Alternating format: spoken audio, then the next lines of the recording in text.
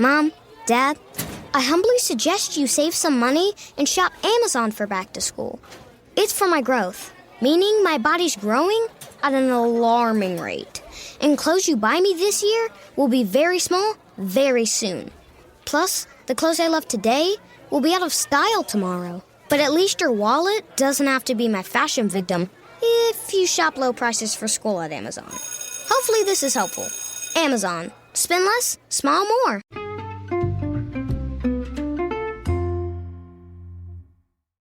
Hi, everybody, and welcome to the Dr. Psych Mom Show. Before we get into today's interesting topic, which is a source of major confusion for many men, I want to tell you, as usual, to subscribe so that you get access to all of my paid episodes and that you can hear all of the wonderful topics that I come up with out of my own head. And also you could suggest other ones, because if you subscribe, I am very welcoming of your requests for topics that personally resonate with you and that you are specifically interested about. You could also record those, by the way, in a voice message, so you could see the link to do that if you scroll down on any episode. So that's cool. If you want your 15 minutes of fame, you can be on this podcast and be listened to by millions. No, not millions, thousands of people. And you can tell me your question in your own voice, or you could write it in and let me know. So anyhow, today I'm going to get to a topic which is a source of a lot of frustration and bewilderment to many men, which is why when they get back from work or a work trip, even worse, their wife does not, in fact, seem happy to see them. And they don't really want to touch you and have sex with you, even though you've been waiting for so long to do that.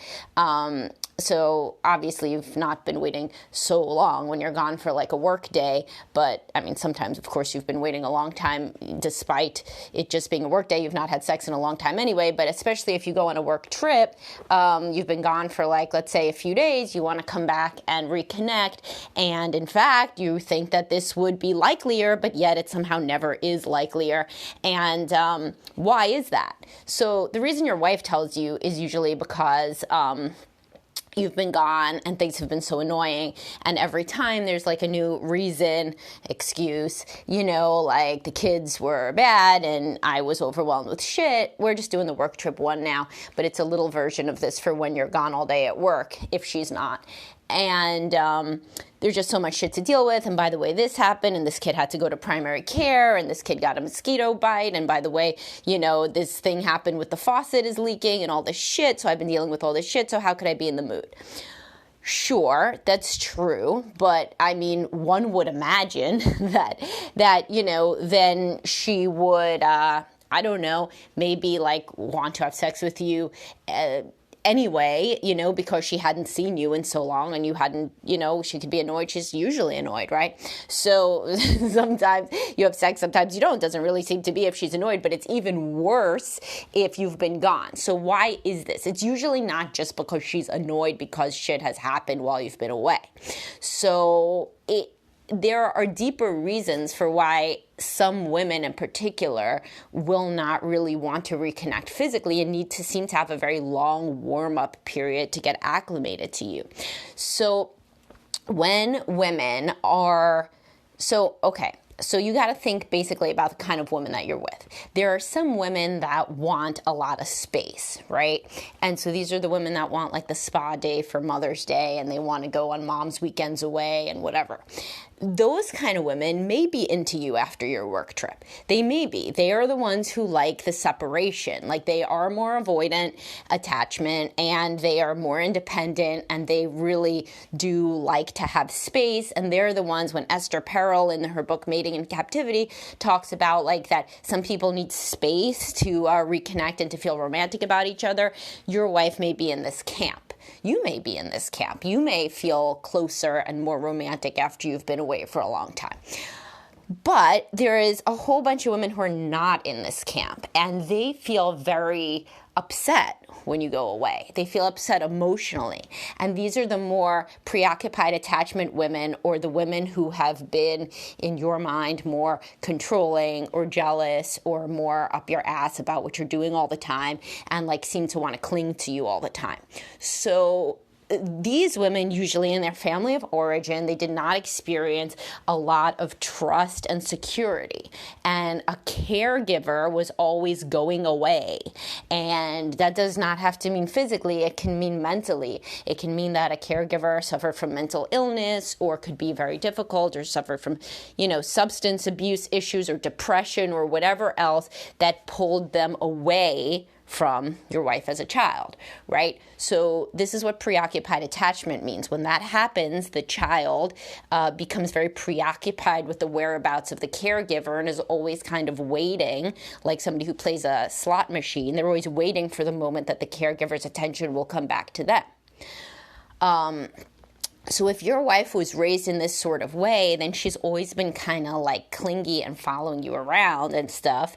And you then think sometimes that is, just maybe how she is, or she's like annoying, or she's bored or something. You have to understand it at a deeper level. People don't follow you around and act clingy and want to know your whereabouts because they're just kind of bored and that's all they can think of to do. It's usually stemming from kind of deep levels of insecurity which originate in childhood. And so I would be very surprised if you looked back at your wife's childhood, if she's a woman who does this, and you did not think, yeah, I guess it relates to that her parents are kind of batshit crazy, and in this way or that way.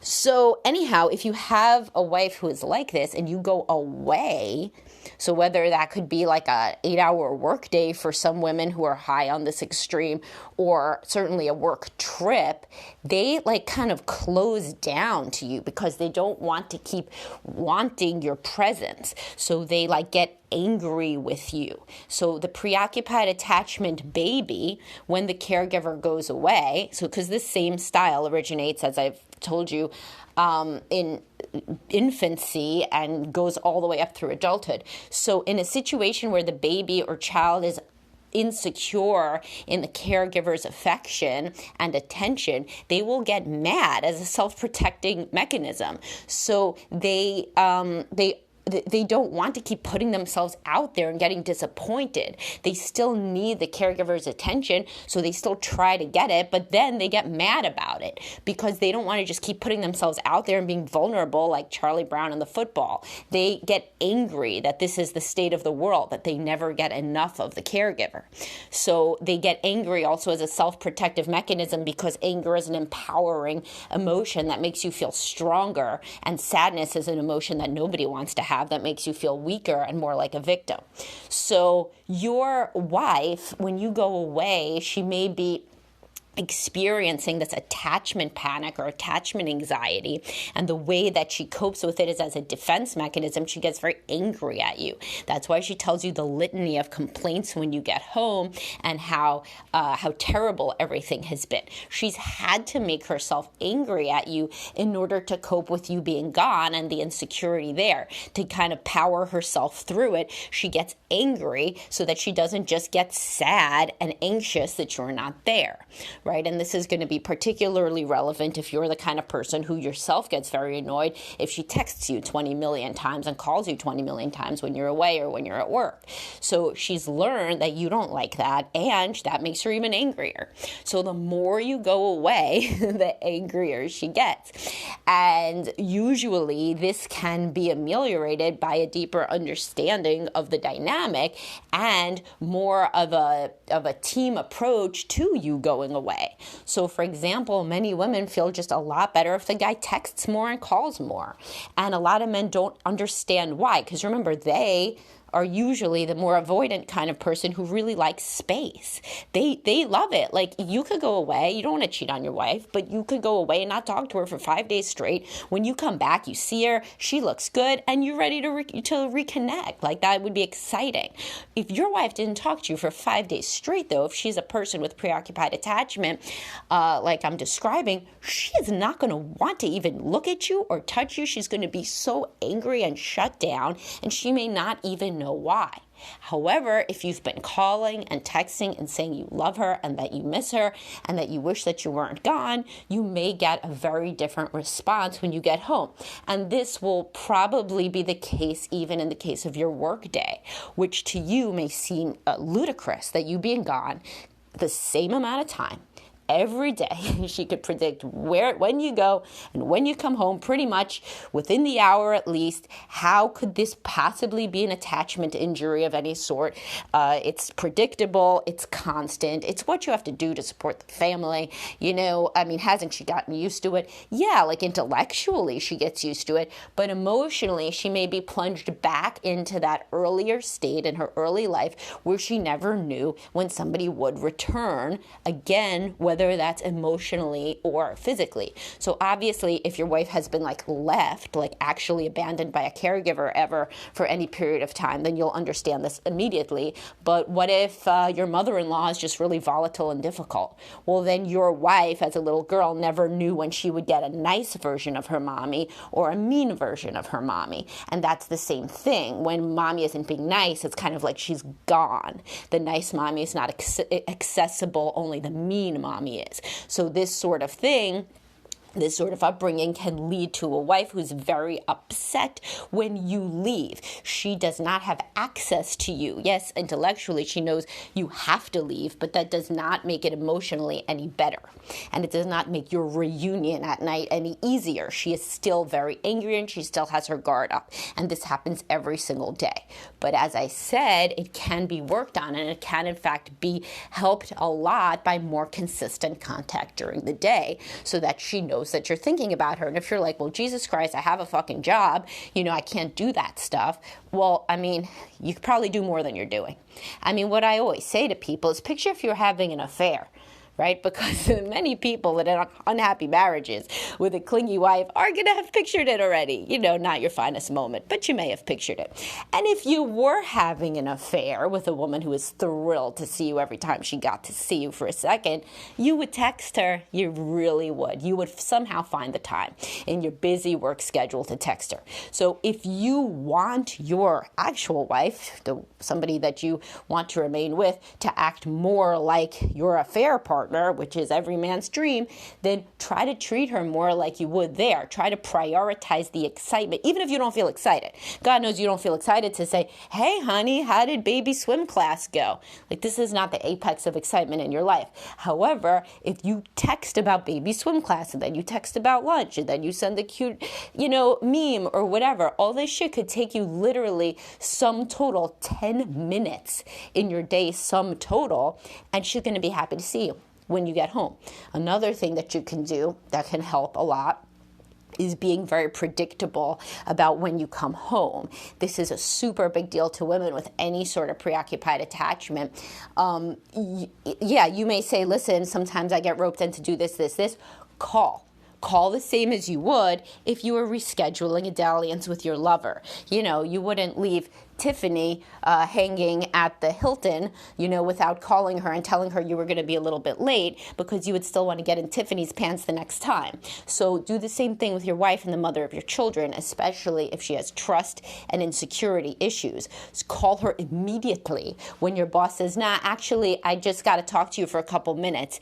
There are no bosses. It used to be in a different generation that then if your boss said to you, you just got to come over here for a few minutes, I got to talk to you about something. Nowadays, men totally, in most occupations, can say, sure, be right there, and send out a text to your wife that's 2 words that's boss called me in. Literally, that can transform your marriage if you think to do it, the same as you would if Tiffany was waiting at the Hilton for your rendezvous. Because she now can predict you're going to be late. And this predicting that you're going to be always around is very key. And if you, for the length of an entire business trip, stay in fairly constant contact, not not elaborate contact that will take you completely away from your conference or whatever, but just more constant stream of texts and a conversation throughout the day where she still feels that you are present in some way and still a secure base, which is attachment lingo. That's the ideal for a baby, is to have a caregiver who's a secure base from which you can explore. So you can come close for comfort when you need it, and then you can explore the world when you want to and come back to the secure base of the parent. So if your wife feels like you are that secure base, then she is going to be a lot happier to see you when you get home, because she did not have to erect this defense structure of anger that soothes her, because fuck you, she doesn't want to be with your dumbass anyway. Like, that's kind of what her brain does. It's like she wants to be with you so much and she can't be, so then she gets angry because that helps her through it. You know, it helps her to not be sad. It's also extremely sad to be sad alone, because you're not acting sad, because you do what many men do in this situation, which is incorrect, which is the more upset she gets that you're gone, the more you try to reassure her that it's okay. So all that sounds like to her is that you don't give a shit, and that she's alone in caring that you're gone. You don't miss her during the workday, and you don't miss her during your work trips, and you don't miss her during whatever else you do. You may, in fact, miss her. You certainly would miss her a lot more if she wasn't acting so, angry all the time. And a way to make her less angry is to say that you miss her, paradoxically, because she feels that she misses you alone. That feels really stupid. She feels really caught out and exposed and stupid, because you're saying it's not a big deal. So she's saying, oh my God, you're going away for 5 days. How am I going to do this, that, the other? And you're like, it's okay. It's going to go faster than you know. And remember, your mom is coming to help with the kids. And you know what? You're also going to see your friend. And I think it's going to be fine. You're going to be totally fine. You're a rock star. You got this. Yeah, sounds nice, right? You know what she hears? You're not going to miss me at all. You don't even care. You don't care about going away at all. You don't think about me the way that I think about you. You don't value being close to me the way I value being close to you. And of course, you can see what that would lead to, again, is building up these defenses against you as a self-protective mechanism, so that when you walk through the door, she doesn't have to act like, oh my God, thank God you're home. She acts like, well, I didn't even need you to come home. Fuck you, Or here's the kids. I guess I needed you for that, but I don't need you for anything else. But that's like what her brain is doing in order to protect her from this idea that she loves you more than you love her, which is how she felt all the time as a child. So if this sounds like the sort of dynamic that you have with your wife, then why don't you share this podcast with her and ask her if any of this resonates with her, and more about potentially the links between her upbringing and what she learned about trust growing up, and how those lessons are affecting your relationship now and your interactions. And this sort of deeper analysis is a lot of what's done in couples counseling. So if you do not find yourself equal to the task of asking all these questions, then that's where couples counseling can really come in, and where people can understand on a deep level why they are interacting in certain ways given their history. Now, by the way, of course, you have your own history too. And so in your history, you were basically raised in an environment, likely if you're the man that is responding to this and that this resonates with, you were raised in an environment where independence was prized, and you were supposed to be completely self-reliant. So that's what you do. You really can't even imagine being your wife, and being so put out by another person leaving for 5 days. You feel like that would be a challenge to solo parent for 5 days, and something that you would rise to. And you're probably right, because you're a totally different kind of person. You're a person that thrives on being alone, and you were taught to be this way. And it probably was some other things were sacrificed in teaching you to be this way, such as your softer, more emotionally expressive, vulnerable side, which your wife has been trying to find for probably a decade and has not yet. So if she receives more of that softer vulnerability, that I miss you too, sweetheart, I'm going to miss you so much for these 5 days, I don't know how I'm going to live without you for 5 days, then you're going to get a lot different of a response from her, because she will not have to self-protect in that way. But anyway, these links between your upbringing and your current relationship are a lot of what's explored in couples counseling on a deep level, and they can help both of you understand and empathize with one another in new ways that allow new scripts to finally be created, so you don't have to be in the same fight all the goddamn time, which is, I'm sure, what you feel like, because it's what most most people feel like. Here we fucking go again. Here's another fight. Same one. I could do her part, she could do my part. Why are we doing this thing again? But yet somehow you can't get out of it. So anyhow, again, if this was instructive and helpful to you, please do share it with your spouse. And please do subscribe if this added any value to you in helping you understand your relationship better. All right, and I will talk to everybody soon. As I was going to again say good work, which I say at the end of some sessions, but nobody did any work. I did work. Good work. And I will talk to everybody at the next podcast, which may well be a subscription-only one. And maybe I'll do that attachment for that one and try to get more into that, because I always refer to attachment, and then I realize I never actually did the baseline level podcast, although I've written posts about it. All right, talk soon.